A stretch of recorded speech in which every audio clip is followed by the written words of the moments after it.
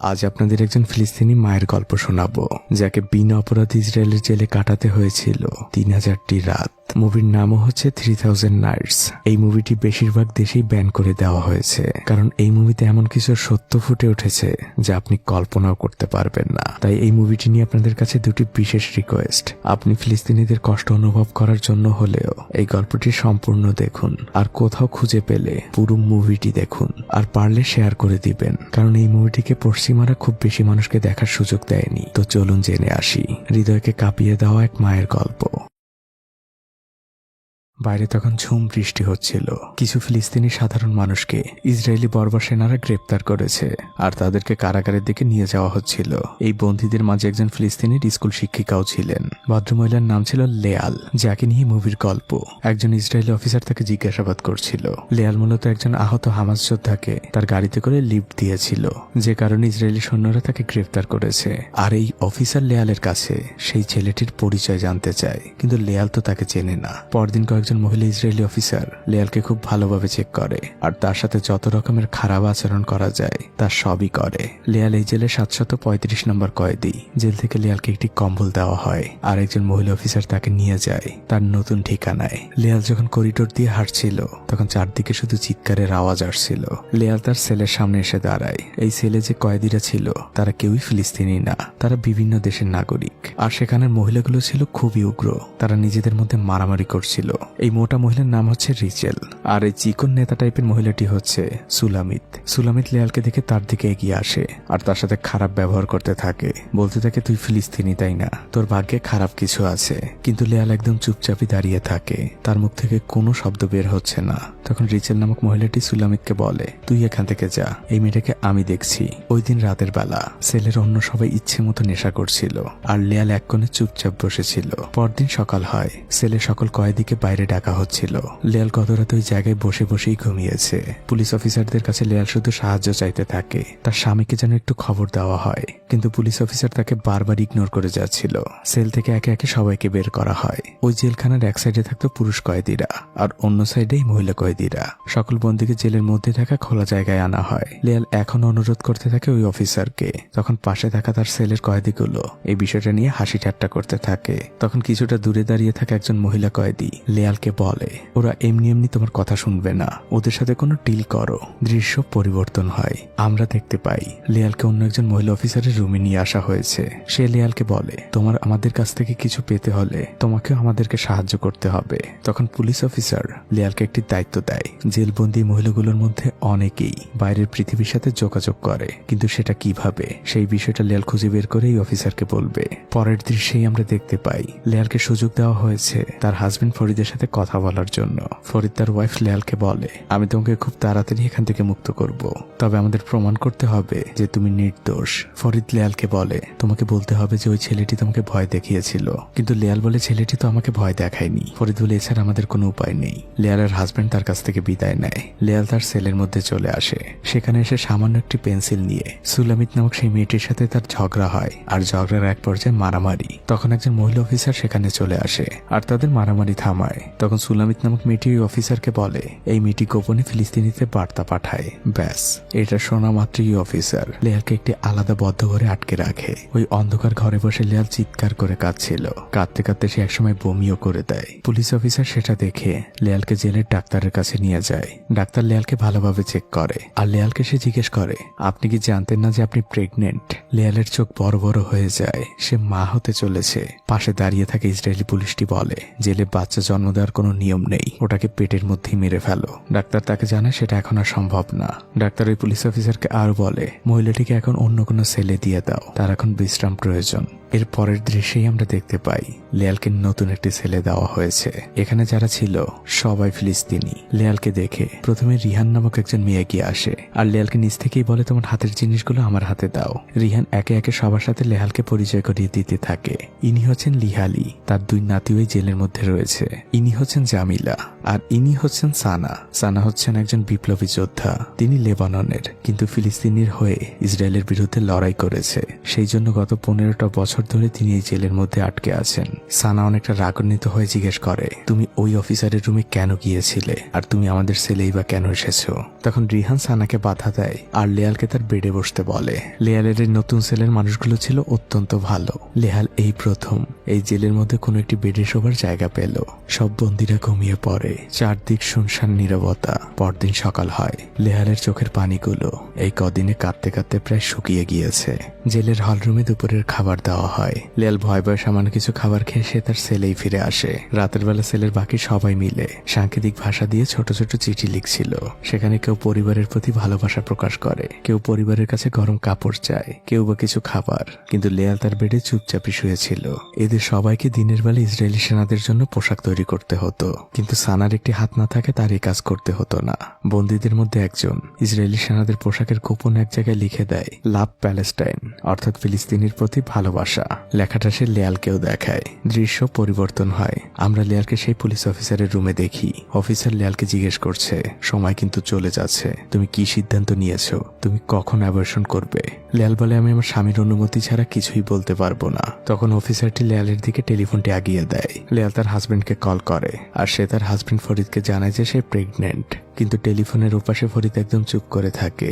লেহাল তাকে জিজ্ঞেস করে, তুমি কিছু একটা বলো, কিন্তু ওপাশ থেকে তেমন কোনো সাড়া আসে না। তখন ওই অফিসার টেলিফোনটি নিয়ে নেয়। পরের দৃশ্যেই দেখা যায় পুলিশের লেহালদের পুরো সেল সার্চ করতে থাকে, কারণ আপনারা তো জানেনই লেহাল আসলে এই ইনফরমেশন দেওয়ার বিনিময়ে তার স্বামীর সাথে যোগাযোগ করার অনুমতি পেয়েছিল। খোঁজাখুঁজির এক পর্যায়ে পুলিশটি সেই ছোট ছোট চিঠিগুলো পেয়ে যায়। পুলিশটি জামিলাকে ডাক দেয় আর তাকে জিজ্ঞেস করে এই জিনিসগুলো কি আর এর মধ্যে কি লেখা। কিন্তু জামিলা চুপ করেই থাকে। পুলিশটি তাকে থাপ্পড় দেয়, কিন্তু তারপরও মেয়েটি তার মুখ খোলে না। তখন পুলিশ অফিসারটি জামিলাকে রিমান্ডের জন্য বাইরে ধরে নিয়ে যায়। সেলের সকল কয়েদিরা মিলে তাকে বাধা দেওয়ার চেষ্টা করে। জামিলাও অনেক কাঁদছিল, কিন্তু লাভ হয় না। তাকে সেখান থেকে নিয়ে যাওয়া হয়। তখন সানা নামক মহিলাটি লেয়ালকে বলে, এর বিনিময়ে তো তুমি তোমার স্বামীর সাথে কথা বলতে পেরেছো, তাই না?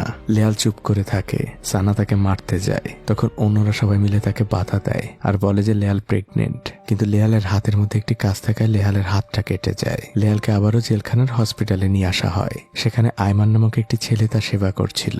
সে লেহালকে বলে, আপনার কিছু দরকার হলে আমাকে বলবেন। এদিকে জামিলাকে রিমান্ড থেকে বের করা হয়েছে।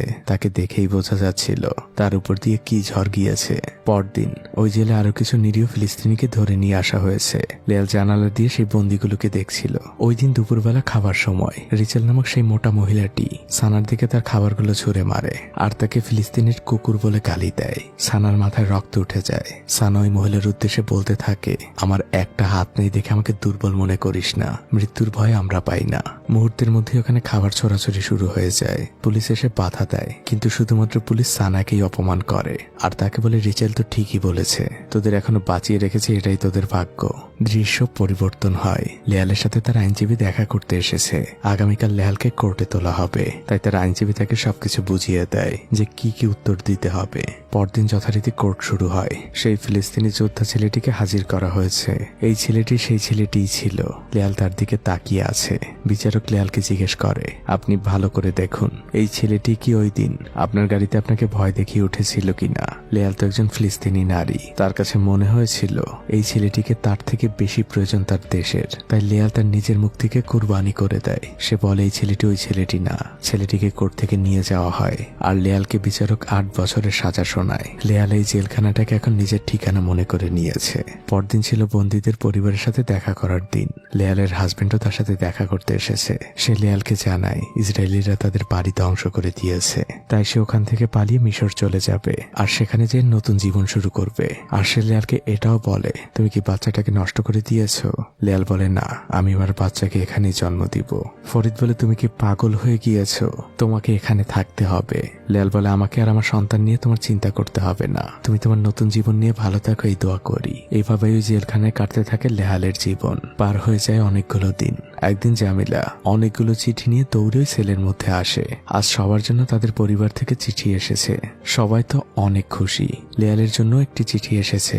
এই চিঠিটা ছিল লেয়ালের স্কুল থেকে। লেয়ালের স্কুলের বাচ্চাগুলো সবাই লেয়ালকে অনেক মিস করে। পরদিন লেয়ালের সেই উকিল লেয়ালের জন্য কিছু বই সেই পুলিশ অফিসারের কাছে দিতে এসেছে।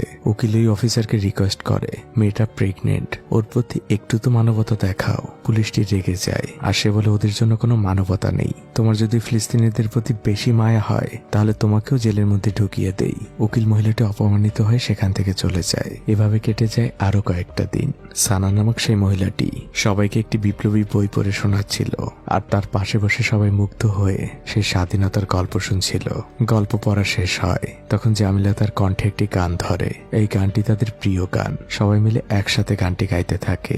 গানের কথাগুলো ছিল এমন, একদিন এই আধার কেটে যাবে, স্বাধীনতার সূর্য ফুটবে ফিলিস্তিনির আকাশে, আমরা আবারও ফিরে পাবো আমাদের মাতৃভূমিকে।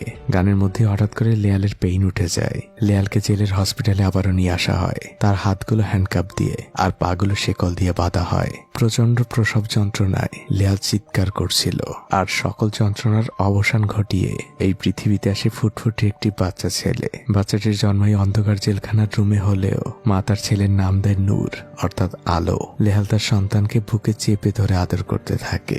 নূরকে নিয়ে যখন লেয়াল জেলে ফিরছিল তখন কয়েকজন ইসরায়েলি মহিলা তাকে উদ্দেশ্য করে বলতে থাকে, এই পৃথিবীতে আরো একটি জঙ্গি বাচ্চা জন্ম নিল।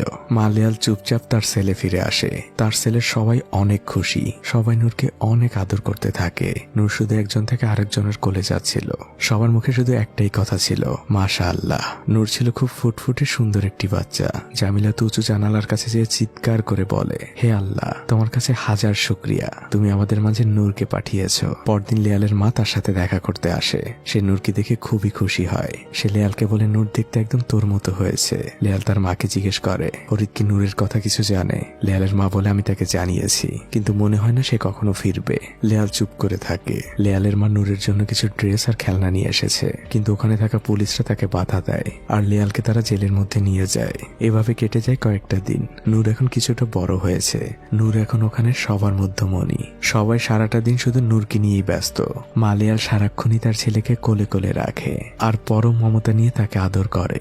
এভাবে কেটে যায় আরো কয়েকটা দিন। নূর এখন 1 পা 2 পা করে একটু হাঁটতে পারে। নূরের একটু ঠান্ডা লাগায় নূরকে জেলের হসপিটালে নিয়ে আসা হয়। সেখানে সুলামিত নামক মহিলাটিও চিকিৎসাধীন ছিল।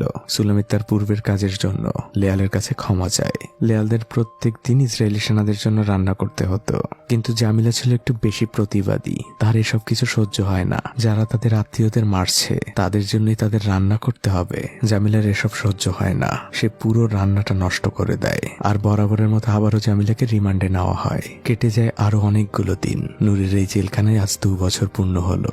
আজ তার দ্বিতীয় বার্থডে। সবাই মিলে ওই অন্ধকার ঘরে নূরের বার্থডে পালন করছিল। একটি আটার রুটির উপর 2টি মোম দিয়ে নূরের সামনে দেওয়া হয়। বাচ্চা ছেলেটি পরম উৎসাহ নিয়ে সে মোমে ফু দেয়। ওখানে থাকা সবাই হাততালিতে ফেটে পড়ে। এবার শুরু হয় নূরকে গিফট দেওয়ার পালা। কেউ পুরনো কাপড় পেঁচিয়ে বল বানিয়েছে। বৃদ্ধ মহিলাটি নূরের খেলনা হিসেবে পাখির মতো কিছু একটা বানিয়েছে। সবাই নূরকে নিয়ে ফিলিস্তিনির ভাষায় গান করছে। সুলামিত সেই গানের ভাষা না বুঝলেও সেও তাদের সাথে গলা মিলায়। তখন রিচেল তাকে বাধা দেয়। এভাবেই জেলের মধ্যে কাটতে থাকে ছোট্ট বাচ্চাটির জীবন। পরদিন খাবার সময় টিভিতে নিউজ দেখছিল সানা। ইসরায়েলিরা আবারও ফিলিস্তিনের উপর গণহত্যা চালাচ্ছে। হাজার হাজার বাচ্চা, শিশু আর মহিলা মারা গিয়েছে। সানার পুরো শরীর তখন কাঁপছিল। তখন পুলিশ অফিসার টিভিটি বন্ধ করে দেয়। সানা নিউজ দেখার জন্য চিল্লাচিল্লি করতে থাকে। তখন ওই পুলিশ অফিসার আর ওখানে থাকা কিছু ইসরায়েলি বন্দী মিলে সানাকে অনেক মারে। ইসরায়েলি ওই বন্দীগুলো ফিলিস্তিনিদের মৃত্যু নিয়ে উপহাসও করতে থাকে। সেলে ফিরে সানা সহ সবাই মিলে সিদ্ধান্ত নেয় তারা এই গণহত্যার বিরুদ্ধে অনশন করবে এখানে বসেই। এমনকি তারা ইসরায়েলিদের জন্য কোনো খাবারও রান্না করবে না আর কোনো পোশাকও বানাবে না। পরদিন মহিলা পুলিশটি তাদের সবাইকে কাজে ডাকতে আসলে জামিলা তাকে জানিয়ে দেয় তারা আর কাজ করবে না, তারা স্ট্রাইক করেছে। পুলিশটি খুবই রেগে যায়। সে বলে, তোরা অপেক্ষা কর, তোদের জন্য ভয়ানক পরিণতি অপেক্ষা করছে। এটা বলে পুলিশটি সেখান থেকে চলে যায়। ছোট্ট বাচ্চা নূর তো এখনো জানে না যে মুক্ত আকাশে পাখি দেখতে কেমন। রিহান তাকে পাখি আর ঘোড়ার অবয়ব দেখাচ্ছিল। বাচ্চা ছেলেটি খুশিতে হাসতে থাকে আর মা লেয়াল তার সন্তানের মুখের দিকে এক দৃষ্টিতে তাকিয়ে থাকে। তার সন্তানের জীবনটা তেমন নাও হতে পারত। পরদিন সেই জেলার টিভিতে যুদ্ধের নিউজ দেখছিল। সুলামিত তখন সেখানে কাজ করছিল। সে গোপনে একটি কাগজ চুরি করে আর কাগজটিকে সে লেয়ালের কাছে পৌঁছে দেয়। সানা যখন কাগজটি পড়ে সে চিৎকার করে ওঠে। কারণ সেদিনের কথা আপনাদের মনে আছে। ওই দিন পুলিশ অফিসারটি বলেছিল তোদের ভাগ্যে খারাপ কিছু অপেক্ষা করছে। আসলে ওই দিনের পর সানার পরিবারের বাকি সদস্যদের ইসরায়েলি সেনা পাঠিয়ে মেরে ফেলা হয়েছে। সানার কান্নায় চারদিক ভারী হয়ে উঠেছে। সে তার পরিবারের মানুষগুলোর লাশ দেখতে চায়। মহিলাটির কান্নায় চারদিক নীরব হয়ে গিয়েছে।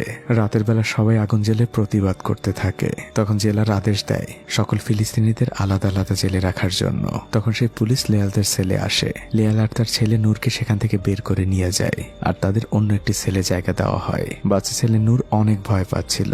মা লেয়াল তাকে সান্ত্বনা দিচ্ছিল, কিন্তু বাচ্চাটির কান্না কোনোভাবেই থামছিল না। মা লেয়াল তার সাথে কাঠের পাখি নিয়ে খেলতে থাকে।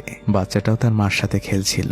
এই কাঠের পাখিটা বাচ্চাটির খুবই পছন্দের। নূর একসময় খেলতে খেলতে তার মায়ের পাশে ঘুমিয়ে যায়। তার হাতের মধ্যে তখনও সেই কাঠের পাখিটা ছিল।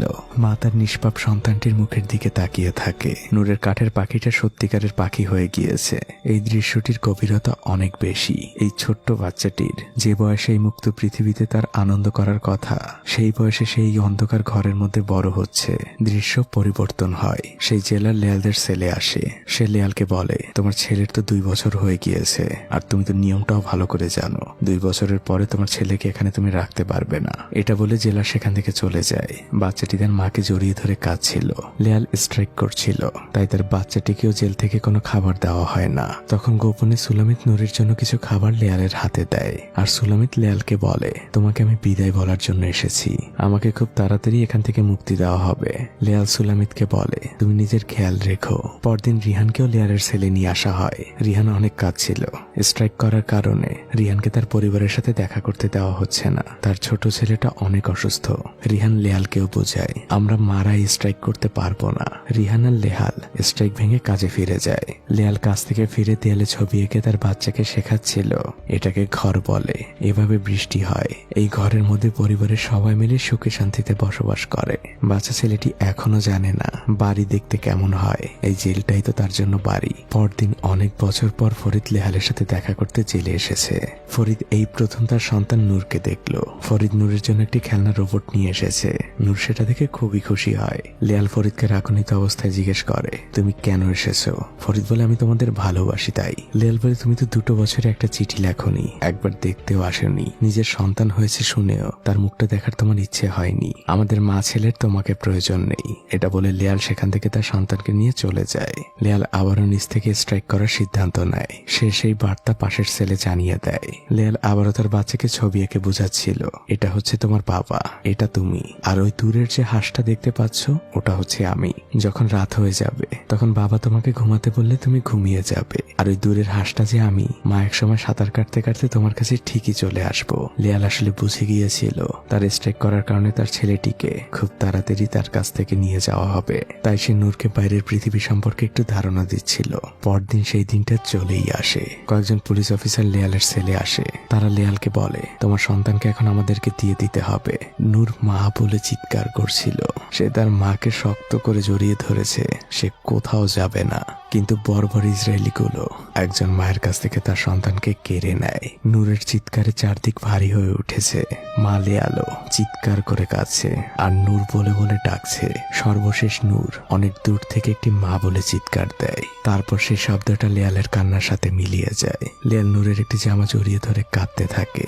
এভাবেই কাটতে থাকে ওই অন্ধকার জেলে লেয়ালের জীবন। এর ঠিক কয়েকদিন পরে জেলে সবাই মিলে প্রস্তুতি নিচ্ছে বড় একটি বিদ্রোহের। ঠিক 10টার সময় সবাই মিলে একসাথে বিদ্রোহ শুরু করে। জেলার বুঝতে পারে না যে কি শুরু হয়েছে। পুরো জেল জুড়ে সাইরেন বাজানো হচ্ছে। সকল কয়েদিকে একসাথে খোলা জায়গায় নিয়ে আসা হয়। কয়েদিরা তখন ইসরায়েলি পুলিশদের সাথে ধস্তাধস্তি করছিল। ঠিক তখন একটি গুলির শব্দ হয়। জামিলা মাটিতে পড়ে যায়। সেই মাথা গরম বিদ্রোহী মেয়েটি মারা গিয়েছে। জামিলার বোন জামিলাকে জড়িয়ে ধরেছে। লেয়ালও একদম নির্বাক হয়ে গিয়েছে। বর্বর ইসরায়েলি সৈন্যগুলো এসে জামিলার লাশটি টেনে হিস্ট্রে নিয়ে যায়। বন্দীদের আবারও জেলের মধ্যে ঢোকানো হয়, কিন্তু বন্দীরা ঢোকা মাত্রই মূল দরজা আটকিয়ে দেয়। চারদিকে প্রতিবাদের ঝড় ওঠে। সেই ঝড় পাশের পুলিশ বন্দীদের মধ্যেও ছড়িয়ে পড়ে। সময়ের সাথে পুরো জেলখানা একদম উত্তাল হয়ে ওঠে। এদিকে ইসরায়েলি সৈন্যরাও প্রস্তুতি নিচ্ছে জেলের ভেতরে ঢোকার। তারা জেলের মধ্যে গ্যাস স্প্রে করা শুরু করেছে, কিন্তু বন্দীরা তখন তখনও আন্দোলন চালিয়ে যাচ্ছিল, কিন্তু সময় যতই যাচ্ছিল একে একে সবাই মাটিতে পড়ে যেতে থাকে। তারা গ্যাসের বিরুদ্ধে পেরে ওঠে না। অনেক সময় পর ইসরায়েলি সেনারা যখন জেলের মধ্যে প্রবেশ করে তখন সেখানকার প্রায় সবাই অচেতন হয়ে পড়ে আছে। সানার কিছুটা জ্ঞান ছিল, সে তার ওই একটি হাত দিয়েই মাটির সাথে তার বাটিতে আঘাত করে প্রতিবাদ চালিয়ে যায়। সেই প্রতিবাদের ঝড় ধীরে ধীরে আবারও ওঠে চারদিকে। ফিলিস্তিনিরা আসলে এমনই, আমাদের মতো তারা কাপুরুষ না। আমরা লিয়ালকে সেই জেলের হসপিটালে দেখতে পাই। আয়মান নামক সেই ছেলেটি লিয়ালের হাতে একটি কাগজের টুকরো দিয়ে যায়। লিয়াল কিছুটা সুস্থ হবার পরে যখন কাগজের টুকরোটি খোলে সেখানে লেখা ছিল, হামাস 6 জন ইসরায়েলি সেনাকে ধরে নিয়ে গিয়েছে আর তাদের মুক্তির বিনিময়ে তোমাদের এখান থেকে কয়েকজনের মুক্তি চেয়েছে। তোমার জন্য হয়তো সামনে শুভ দিন অপেক্ষা করছে। এর পরের দৃশ্যে সেই শুভ দিনটা চলে আসে। আজ যে সকল বন্দীদের মুক্তি দেওয়া হবে মাইকে তাদের নাম ঘোষণা করা হচ্ছিল, এক একজনের নাম বলা হচ্ছিল আর সবাই খুশিতে চিৎকার করে উঠছিল। সানা সহ অনেকের নাম বলা হয়, কিন্তু সেই নামের মধ্যে লেহালের নাম ছিল না। অনেকের মুক্তি হলেও লেহাল ওই জেলখানায় পড়ে থাকে। সানা যাবার সময় লেহালের কাছ থেকে অশ্রু ভেজা চোখে বিদায় নিয়ে যায়। ওই জেলখানায় কাটতে থাকে লেহালের একাকিত্ব জীবন। সে এখন সানার মতো করে নতুন বন্দীদেরকে বই পড়ে শোনায়, স্বাধীনতার স্বপ্ন দেখায়। সন্তানের সাথে বসে আঁকা দেয়ালের সেই ছবিগুলো ঠিক ওভাবেই পড়ে আছে। সেই ছবিতে নতুন নতুন অনেক কিছু যুক্ত করেছে লেহাল। সময় যত যাচ্ছিল লেহালের মুক্তির দিন ততই কাছে চলে আসছিল। আর অবশেষে লেহালের জীবন থেকে শেষ হয় এই অন্ধকার জীবনের 3000তম রাত। লেয়াল আজ মুক্তি পেয়েছে, স্বাধীনতার স্বাদ উপভোগ করছে সে। তখন লেয়ালকে দূর থেকে নূর মা বলে ডাক দেয়। লেয়াল তার প্রিয় সন্তানকে এতটা বছর পর জড়িয়ে ধরেছে। আর এভাবেই একজন ফিলিস্তিনি মায়ের মুক্তির আনন্দে শেষ হয় এই মুভিটি। 1948 সালের পর থেকে এখন পর্যন্ত 7 লক্ষেরও বেশি নিরীহ ফিলিস্তিনিকে বন্দী করে রেখেছে ইসরায়েলি বর্বর সেনারা। 1983 সালের নভেম্বর মাসে 6 জন ইসরায়েলি বন্দী সেনার বিনিময়ে মুক্ত করা হয়েছিল 4765 জন এমন নিরীহ ফিলিস্তিনিকে। এগুলো সেই সময় সত্যিকারের ফুটেজ, আর এই গল্পটি ছিল সেই হাজারো গল্পের একটি সত্য গল্প। আমি আপনি আর কত দিন ঘুমিয়ে থাকবো? আপনি আমি তো আমাদের পরিবার নিয়ে ভালো আছি, আমাদেরও কিন্তু একদিন মরতে হবে। ফিলিস্তিনের যে নিষ্পাপ শিশুগুলো আজ বোমার আঘাতে ক্ষতবিক্ষত হয়ে যাচ্ছে, হাসরের ময়দানে কি আপনি আমি তাদের সামনে মাথা উঁচু করে দাঁড়াতে পারবো তো? এই প্রশ্নটি আমার নিজের জন্য এবং আপনার জন্য রেখে গেলাম। আর খুব গুটি কয়েকজন মানুষের জন্য একটি কথা বলতে চাই। খুব সামান্য কিছু মানুষকে ইসরায়েলকে সাপোর্ট করতে দেখি। আপনারা হয়তো মুসলমানদের উপর রাগ থেকে এটা করেন, অথবা ক্ষোভ, হয়তো আমাদের কারণে আপনাদের কোনো ক্ষতি হয়েছে তাই। কিন্তু ফিলিস্তিন ইসরায়েল যুদ্ধ কিন্তু কোনো ধর্মের যুদ্ধ না। আপনার বাসার মধ্যে ঢুকে যদি আমি আপনাকে আপনার বাসা থেকে বের করে দেই, আপনার কাছে কেমন লাগবে? আপনি কি প্রতিবাদ করবেন না, নাকি চুপ করে বসে থাকবেন? ফিলিস্তিনের ওই মানুষগুলো নিজেদের সেই অস্তিত্ব রক্ষার লড়াই করছে। তাই যারা ইসরায়েলকে সাপোর্ট করেন তারা কোনো ধর্মের উপর রাগ না দেখিয়ে মানুষ হিসেবে একটু চিন্তা করবেন। তারপরে যদি আমার কোনো কথা অথবা ভিডিওটি আপনাদের মনে কারো কষ্ট দিয়ে থাকে, আমি নির্দ্বিধায় তাদের কাছ থেকে ক্ষমা চেয়ে নিচ্ছি। ভালো থাকবেন আপনারা, আর দোয়া করবেন ওই নিরীহ মানুষগুলোর জন্য। আজকের মতো বিদায়।